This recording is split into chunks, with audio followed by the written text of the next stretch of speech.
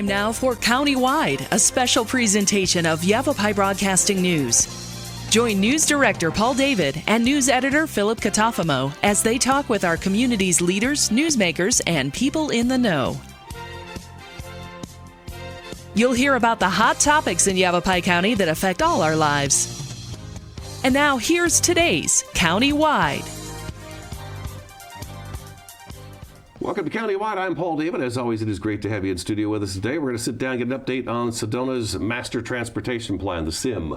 The SIM and what else we got? 2018 Transportation Master Plan. There's been a lot of work going on. Andy's here. Andy Dickey, the Sedona Public Works Director, and Lauren Brown from Sedona Public.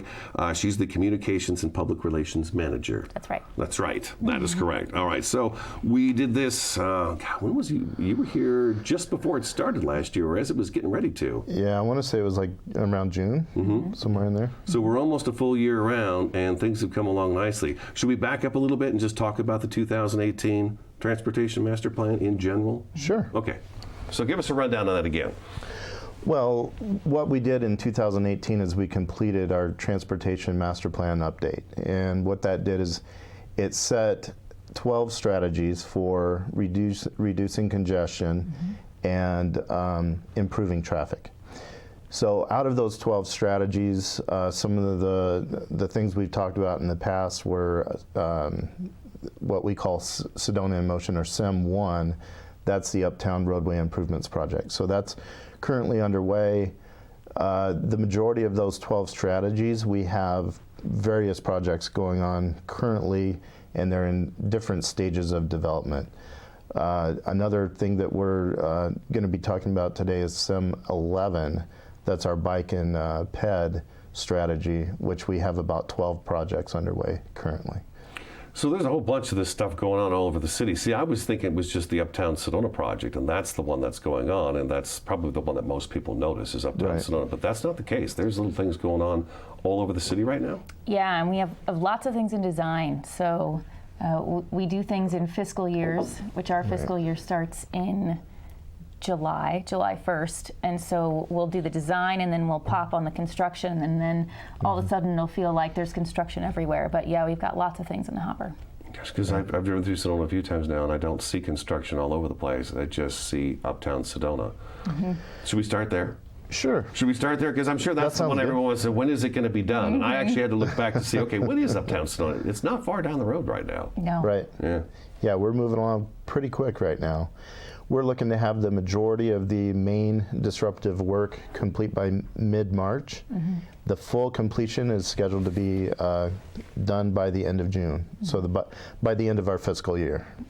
So, yeah, there's a lot going on right now, and we've actually gotten pretty far along on that project. Has the contractor been able to stay on course and pretty much right on track? They have. We've had to kind of shift priorities and shift some of the schedule at times when we encounter some challenges on the project, but they've been able to do that and maintain the schedule and keep it on track. So that's amazing. I guess the weather hasn't been too bad this winter. Probably hasn't slowed them down too much. Yeah. Not too much, but we definitely had a couple of hiccups along the way. Sure. So in Uptown Sedona, just kind of a recap and then fill in what I'm missing. We've got the new roundabout right at the bottom of the Oak Creek Canyon, right there by near Art Barn Road, and that is going to hook up to Schnebly, which that road is going to get a new name because there's Schnebly Road and there's Schnebly Hill Road. Right. Schnebly Road is a road that actually is being built, correct? And it leads up to a parking area. And the goal for that was southbound traffic on 89A coming into Uptown Sedona can say, oh, we can just go park up here and walk through Uptown and enjoy Uptown Sedona. Right. Yeah, it's a free parking area. So what we're constructing is actually an extension of the existing road. So that's why initially it's taken on the name of the existing road. But yeah, it would make sense to not have a Schnebly Hill roundabout and a Schnebly roundabout. So that's something that we're looking at currently. Okay. You call it the Paul Road. Right. Part of the friction there is that people are looking for parking along Main Street there, and so the goal was to say free parking so that we would siphon people off immediately instead of having that hiccup of everyone stopping and looking for parking, which then stops all the traffic. Makes total sense, yeah. And then with the roundabouts now in Uptown Sedona, what's going to happen is there's going to be no more left-hand turns. And we know that you talked about that, Andy, last time you were here, that left-hand turns are just a killer for traffic. Yeah, certainly. What we're looking at with this project mainly is trying to reduce what we call friction. So as we have pedestrians stopping traffic, we have left turn traffic, we have U-turning movements, things like that. When that's happening periodically throughout the corridor, it creates a lot of friction, and that leads to congestion.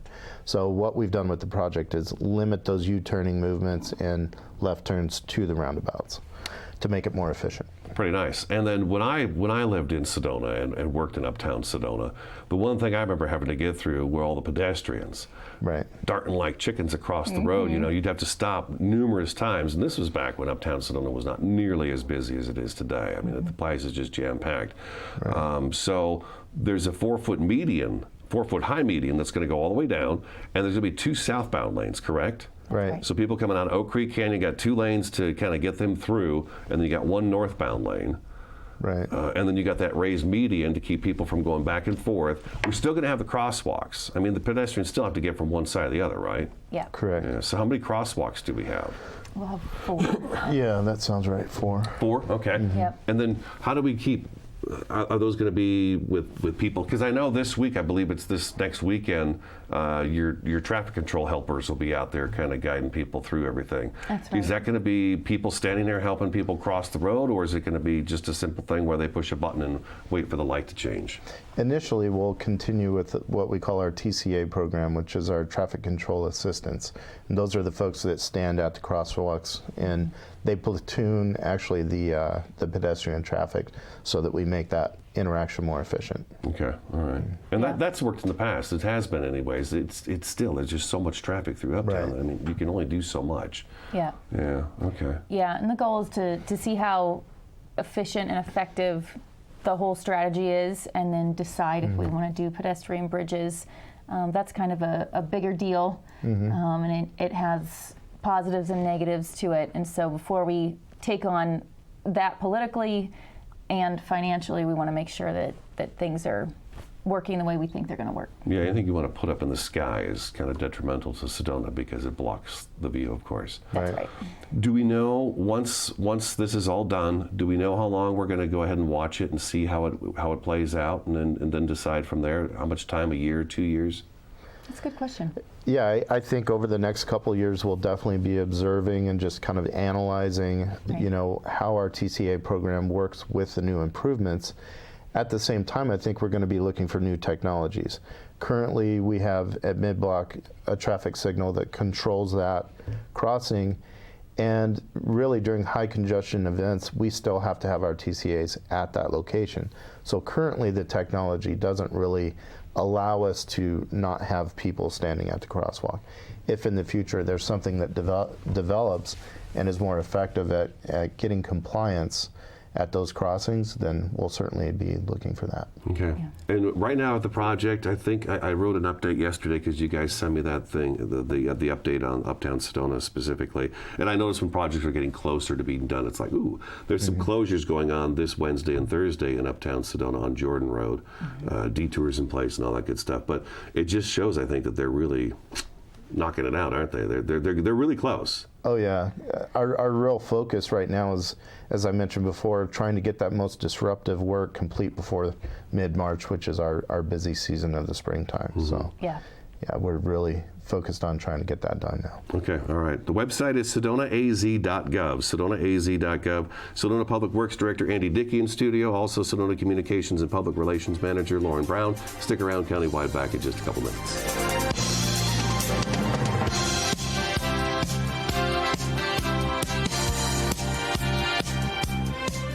Start your journey toward better health with Ageless Touches Massage Therapy. Licensed massage therapist Richard Stevens uses the latest and best equipment to relieve scar tissue, electronic smog, and tinnitus. Ageless Touches does everything they can to work your issues down to the bone. Improve your path to better health with Ageless Touches Massage.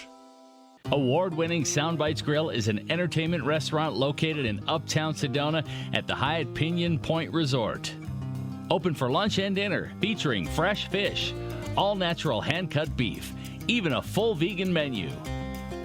Family friendly, open 11:30 to 9. Late dining on Friday and Saturday. Soundbites Grill has some of the best views of the Sedona Red Rocks. Offers world-class entertainment, food, fun, and music.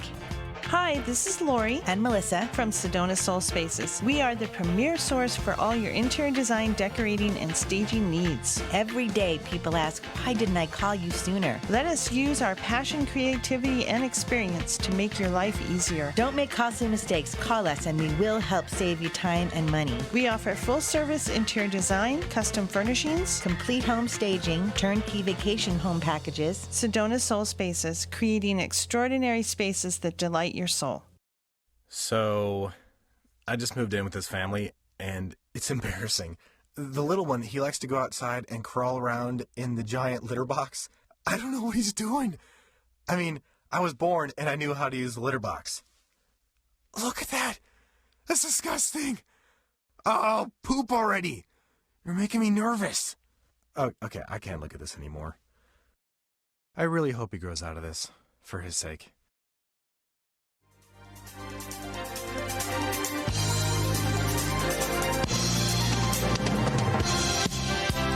Welcome back to Countywide. We're sitting down with Sedona Public Works Director Andy Dickey and Sedona Communications Public Relations Manager Lauren Brown talking about the Transportation Master Plan in Sedona. Is that what we're calling it, or is it SIM? This is all under SIM, right? Sedona in Motion. Yeah. The idea is that the goal here, if I'm not mistaken, the overall goal is to get traffic off 89A, get people on their feet or bikes or whatever, and then alleviate some of that traffic throughout the entire corridor of Sedona.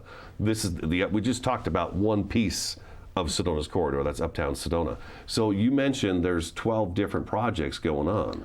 Really strategies. So each strategy has, in many cases, multiple projects going on. That's not the case with every single strategy. But as an example, SIM 3 has to do with our parking needs for the Uptown area. There are studies and designs going on right now for that strategy. SIM 4 includes our State Route 179 improvements. There are a couple projects going on with that right now. One of those is looking at the Y intersection and how we can make some improvements to make that intersection more efficient. And then SIM 5 includes our major roadway connections. So one of those projects is the Forest Road extension, which would extend Forest Road from the Uptown area down to connect to State Route 89A. And then Portal Lane is another extension under SIM 5 that would include connecting Portal Lane over to Brewer and Ranger roads, so that folks coming out of that area could have another connection to the other parts of town rather than having to go out to State Route 179 to make their connections and get access. So those are probably some of the SIM strategies that have the most activity going on right now. Okay, all right. And then we just had a public meeting a couple weeks ago about the pass. And Andy, last time you were here with Stephen? With Stephen. We just kind of gleaned over it real quick. But the idea was to have paths and walkways throughout the city to encourage people maybe, don't drive that block or two down to wherever you're going. Just jump on this trail and it's going to take you to where you need to go. So that was the last public meeting we had on that. So how did that turn out and where are we at with that? It went really well. We had probably about 100 people that showed up. And what we had was our project manager, it's Cynthia Lovely. She's one of our senior planners in community development, and she put together a map of all of the proposed improvements for biking and walking, and this could range from sidewalks to pavement markings to a full-blown shared use path. So it kind of covers the gamut there. But we said, here are all the things that we've heard over the last 9 months and hundreds of comments that we've collected. Did we get it right? What did we get wrong? And we heard overwhelmingly that people supported this and that they helped us prioritize which projects are going to be done sooner than later. Andy's team helps implement the projects, and so the idea was that Cynthia would help create a priority list so that Andy's team could know which ones the residents supported the most. Do we have that priority list, or are we still working on the overall Yeah, plan? So Cynthia's sifting through lots and lots of sticky notes and comments, but we heard overwhelmingly that things like make 89A safer, help us get through the Y safer or around the Y so that we don't have to go through it as a walker or as a biker, and Dry Creek Road. And that's, of course, in addition to all the things that we have in the queue right now, which is a portion of Dry Creek. We've got Thunder Mountain and Sanborn.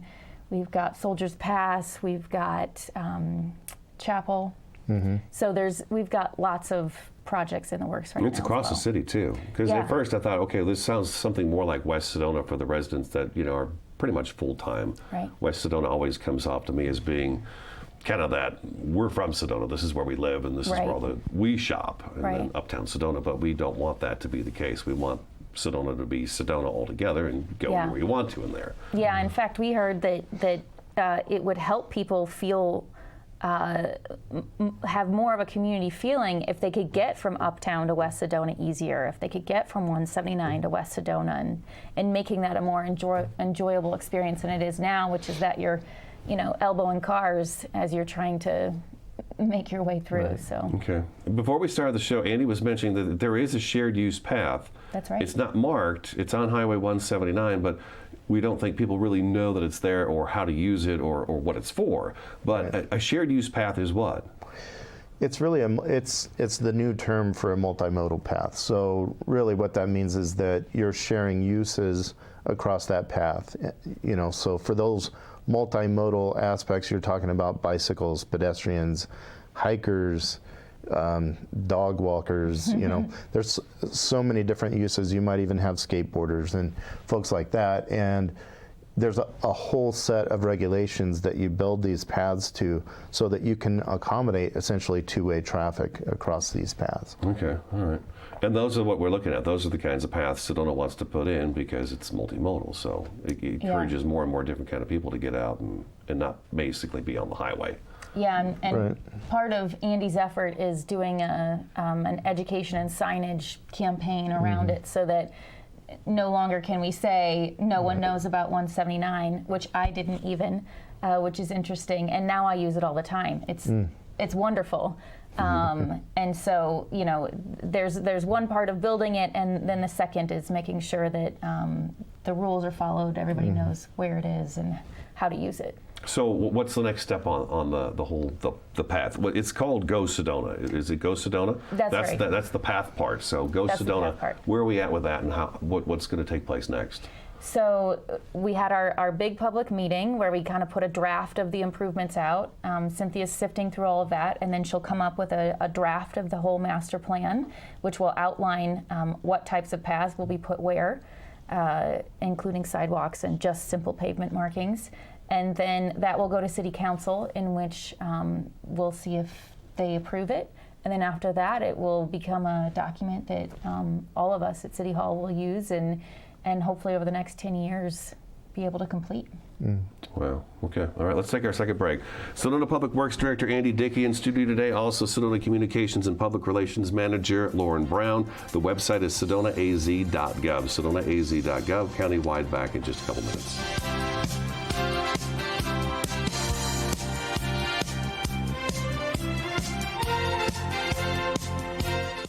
Northern Arizona Thermal Imaging uses a state-of-the-art medical digital camera to take a picture and create a map of the body's infrared patterns, later interpreted by an MD specially trained in reading thermography. Northern Arizona Thermal Imaging is the leading medical imaging and proactive healthcare, detecting early danger signs years before other tools, finding early breast disease up to 8 years before mammography may detect it. Schedule a scan with Carol today. Northern Arizona Thermal Imaging. Say yes to thermography. From inspiration to installation. If you need help with your decorating plan, call the pros at the Picture Window. We are your #1 source for top quality blinds, shades, shutters, and flooring. We've been in business here for 41 years, and our delightful sales staff has decades of experience. We're the locally awarded Best of the Best in both Sedona and the Verde Valley. Don't pass up a free estimate on your project. Call the Picture Window now. This is Bruce Morrow, Transportation Manager for Cottonwood Area Transit. Remember, we cover the entire Verde Valley and Sedona. Cottonwood Area Transit has you covered wherever you want to ride in the Verde Valley, all day, every day. Take Cottonwood Area Transit through Clarkdale, Verde Village, and from 26 locations in Cottonwood. With Verde Links, it's a quick and easy trip to Sedona every day. Don't forget our connectors to Camp Verde. Visit cottonwoodaz.gov for Cottonwood Area Transit and take a seat. Let's go ride. Julie was always a voracious reader. She'd carry 2 novels on an airplane because she'd read one on a 3-4 hour ride.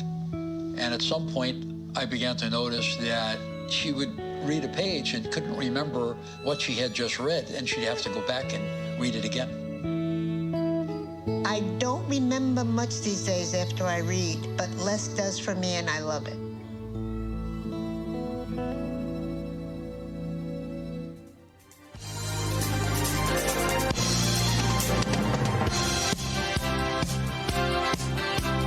Welcome back to Countywide. We've got just a couple minutes left in the program. We want to, one other project we definitely want to talk about is what's going on outside Tlaquepaque, because I had driven past Tlaquepaque there on 179 a couple weekends back, and I remembered there was actually people standing on the entrances into Tlaquepaque. You know, they're on vacation. They're not really thinking about what they're doing. They're just in awe of what's going on around them. And I do that when I'm on vacation.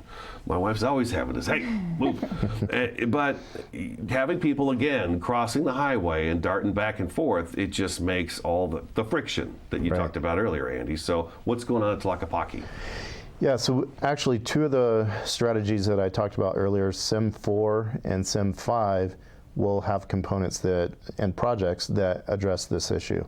One is what we call the pedestrian crossing at Tlaquepaque.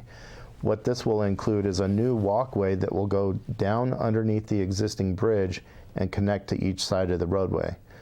During high congestion events, what we will do is close the crosswalk and require access to go through that new connection, that new walkway. Another project, which is actually under SIM 5, is the Portal Lane extension to Ranger Road. The reason why that project's also important for this issue is all traffic that goes out of Portal Lane currently has to turn right on 179 and make a U-turn at the Schnebly Hill roundabout if they're wanting to go in a northbound direction. What we want to do is give access to folks that want to go in that direction out to Ranger and Brewer, so that they're not creating that friction at the roundabout. Those U-turn movements for southbound, U-turning back to northbound, are interrupting the northbound free flow traffic. Wow. It's kind of weird to think that you got room to do any of this stuff in Sedona. Right. You know, how do you come up with this stuff? Just great engineers? Well, from the Transportation Master Plan effort, we've done a lot of analysis looking at travel time data and modeling, you know, all of the intersections and how they interact together. And also through observation, we've compiled all of that to look at what the best way to manage this would be. So. All right, I guess time will tell, right? Right. This is I don't know how many transformations I've seen Sedona go through over the years, transportation-wise, but I do know one thing. When I went through Uptown Sedona, I can see where that is hopefully going to help out a lot. Yeah, and we get criticism for creating plans that sit on shelves and sound really great, but this is not one of those plans. We are very much so, I mean, Andy could tell you because he's got lots of balls in the air. You know, we have tons of projects, and they're hopefully going to make a big impact. So. Yeah, hopefully. Now these, we've only got a minute left. These paths that are going to be going into West Sedona, how far away from 89A, if I can ask that, is that even knowable? How far away from 89A is it? We have actually projects all over the city right now. We have some in West Sedona, some down in the Chapel area. And the goal eventually is to have these all connect to each other so that we can get across town without being on the highways. So some of these paths will actually connect down to the highway. One of the paths is the Sanborn Thunder Mountain project, which is about a 1 mile section that's parallel to 89A, and it's, you know, it's a few blocks north of the highway. So it does give access across town off of the highway, and that is part of what we're looking at. That's pretty nice. A nice quiet ride through back in there. That'd be nice, huh? All right, we're out of time. Lauren, nice to meet you. Thank you so much. Lauren's new, so it's great. You'll be hearing a lot more from Lauren for sure on the radio. For Sedona Public Works Director Andy Dickey in studio today, Sedona Communications and Public Relations Manager Lauren Brown. Again, the website is sedonaaz.gov. Thanks as always for watching, listening, and we'll talk to you again next time.